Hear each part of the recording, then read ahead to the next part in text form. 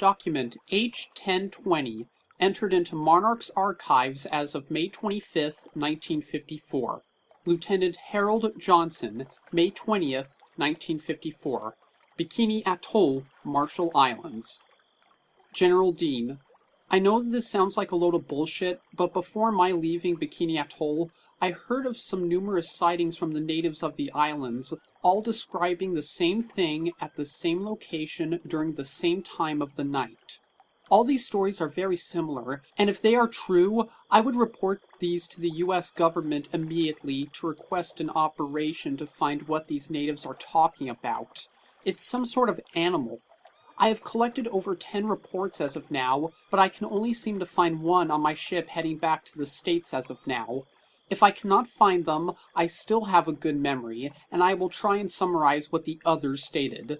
Please read the words of this young native girl on the night of May 17th, 1954. Her name is Ita Tomoko, and she said this. When I returned home in the late afternoon, I saw that my father was being rude and drunk again, and we got into a fight. He ended up hitting me and my brother, but luckily my mom came to the rescue. We all calmed down after a bit, and after nightfall, I decided to relieve myself of all this chaos by spending some time on a raft out in the lagoon. I held onto an oar to make sure I would not drift too far out to sea. I put myself on the raft and went out on the water until I decided to lay down and take a short nap. When I woke up, I saw some rows of tall, jagged rocks ahead of me. I was scared because I saw no jagged rocks of these sort anywhere near the atoll, so I guessed I must have drifted out into the ocean near a formation. Then I turned around, and I saw I was not even halfway through the lagoon. For a second, the rocks seemed to be moving very far ahead of me, so I thought my raft was being carried by a current. But again, when I looked at the shore, I saw that my raft was sailing still. It wasn't me who was moving, it was these rocks. That is when I realized they weren't rocks. They were very far ahead of me, but big enough so I could see their silhouetted figures against the lighter, more brownish sky. They were enormous, and I panicked for a bit and froze in a state of shock before I grabbed my oar to head back to land. Then the most amazing thing happened.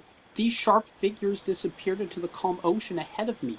I don't know exactly how long, but in less than half a minute, they sank into the sea, and I never saw them again. I went back home and told them what I saw. They would have thought I was crazy if it wasn't for another man a little bit older than me running through the village telling everybody he saw the fins of a monster. I suppose that you will tell your leaders in America this story. If so, please ask everybody you can before you leave. I know many of us did see it, so take our words seriously. We did actually see a monster. Message recorded May 19th, 1954. Document R-8904, entered into Monarch's archives as of June 1st, 1954. Garfield Rind, May 29th, 1954. Richmond, Virginia, USA. Dear Richter, I just want to say that you're too late. You want to know why? 'Cause I saw the damn thing myself. Now before you go and have yourself a heart attack, let me just say I will not spill your secrets to the public. However, I want you to please read the rest below very carefully. You have no idea what's out there. It happened 3 days ago, as I was still trying to make it back to the southern coasts of Indonesia after a rather unsuccessful attempt to capture a good amount of seafood for the repair efforts still going on around the area and the nation. I ran into a nasty storm, and it did put my fishing boat in a lot of danger. Eventually, I lost direction, and soon I couldn't tell if I was heading towards the marina or off to a watery grave. I spent there soaked from the waist up, trembling with anxiety, fear, and confusion. It lasted for about 3 hours until I was blessed with the face of a cliff in my vision. As I put all my strength in my sight, I was able to make out the cliff's rocky walls, dirt-filled chasms, and its scaly skin. Enter the moment I knew all I was seeing was not a cliff. My first reaction was to stop the boat. Before I could hit the cliff, I peered into the raging storm above me, making my sight improve as much as I could past those thick clouds. That is when a bright but tolerable flash of lightning illuminated That thing, that behemoth above me, it was as if I found myself standing in front of God Almighty himself.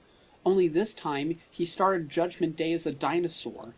Its scales seemed impenetrable, with all those brown markings adding to its scarred, yet strong figure. Above me, its fingernails alone could send this bow plummeting into the ocean, its long tail streaming into the sea, and on its back, 3 incredibly long rows of massive jagged spikes that it used for God knows what. Its long arms were grappling onto a loose rock from the cliff, it seemed, as its wide neck was used to see the entire border of an ocean in its sanctuary, a lair almost. Its muscles were thick and made the overall dinosaur look like a 50-million-ton carnivore that could eat tyrannosauruses for breakfast. Then I paid attention to its head. Oh God. It had a square-like snout, and I could barely make out 2 large teeth jutting out, along with several more. Its spikes on its back ended with 1 small spike where the neck met the head. Then, to top off this ecstasy of shock and awe, it actually roared. I could only describe it as a high-pitched yet bellowing echo that pierced the very storm clouds around us, and despite the creature being what seemed like 300 feet tall, its roar knocked me off my deck all the way below.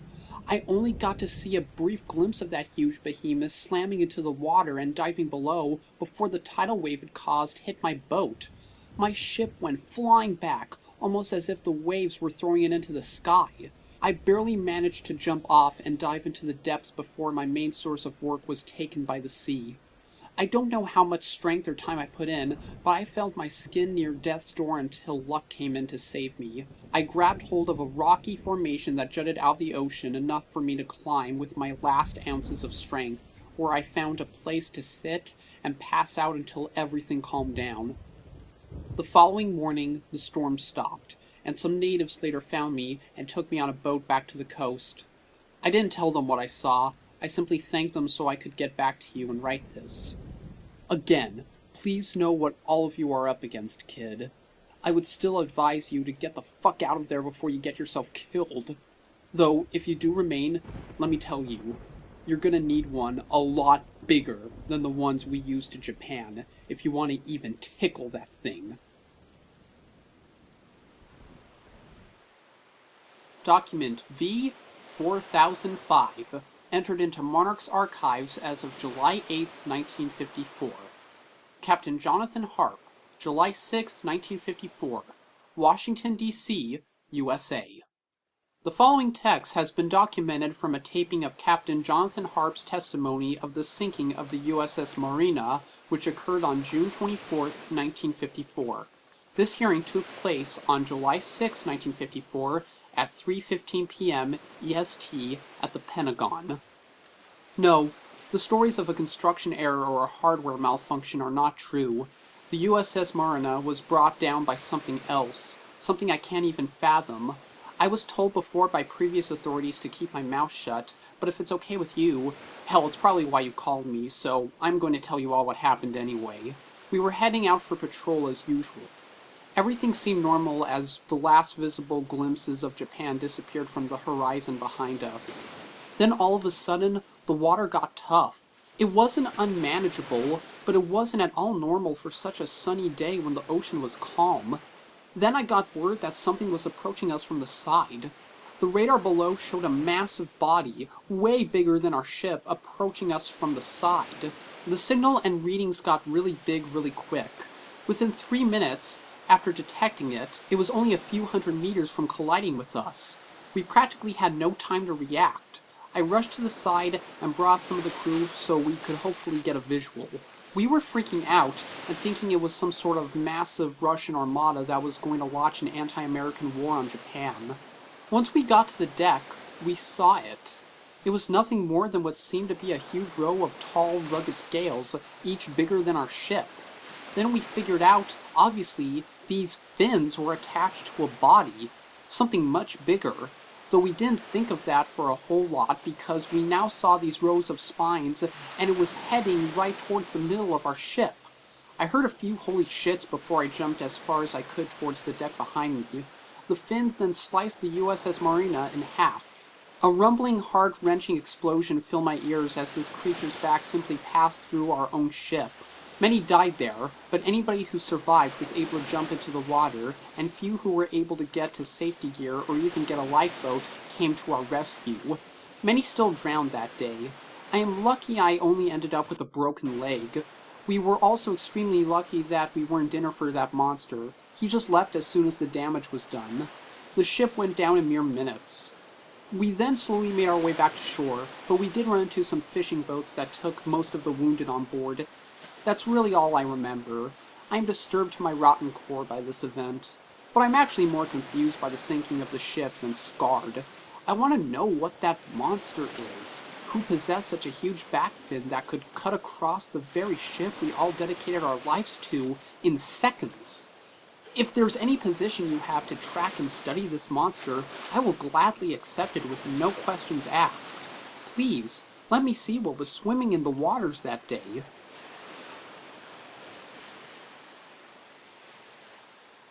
Document U-2602, entered into Monarch's archives as of August 4th, 1954. Dr. Buford Ramus, July 30th, 1954. Odo Island.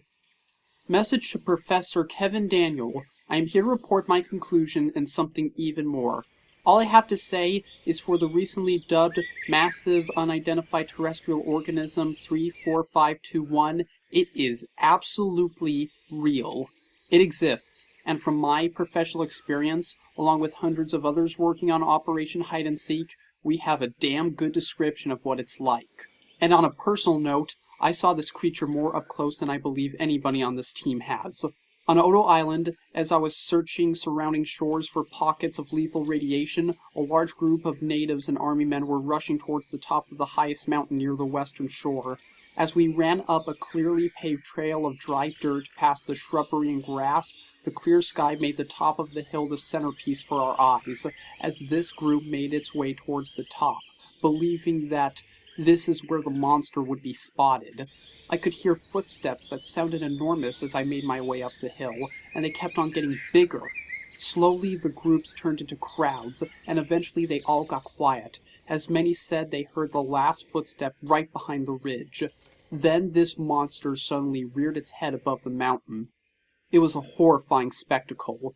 It was all the proof I needed to see, and more. It was as if it was looking directly at me at times. The crowds once hoping to take photos or defend others were now running down back to the base of the mountain. Even the soldiers headed back down, quicker than the natives if you ask me. I, on the other hand, stayed to help a young man get up as he tripped across the trail. As I did so, I heard that amazing roar. It rattled the skies, and it was as if God himself was sending me a message, stating we found what we looked for, and what we once thought was impossible was right now in front of our faces. He then ducked below the mountain. When we reached the top, we saw a bit of his scales disappearing into the horizon in front of us. Then we got a look at his massive footprints and the tail tracks from over 350 feet above. Case in point, Muto 34521 exists. I, along with just about every other research team on Operation Hide and Seek, will be requesting immediate government action from a coalition of forces to deal with this specimen. It is a lovely miracle of science and evolution, but it is still an enormous threat to the sanity, safety, and order of the natural world, along with ours. Sadly, we believe the destruction of this animal is needed. Then there is one final thing. Many of these natives at Odo Island worship this specimen. They label it as a god, perform ceremonies, sacrifice others, and live in supposed fear, all in the name of what they label as the lord of their island. I think it would also be appropriate to officially rename the specimen to what the natives call it. They call him Gojira.